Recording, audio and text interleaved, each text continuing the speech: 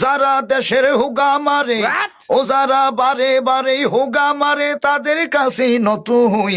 এই দেশে শান্তিতে থাকা হলো কই? গ্যাসের দাম বেড়ে গেছে, ফুটকির রগ ছিঁড়িয়ে গেছে, তবু গ্যাস না মিলতেছে, রান্না করে কেমনে খাই?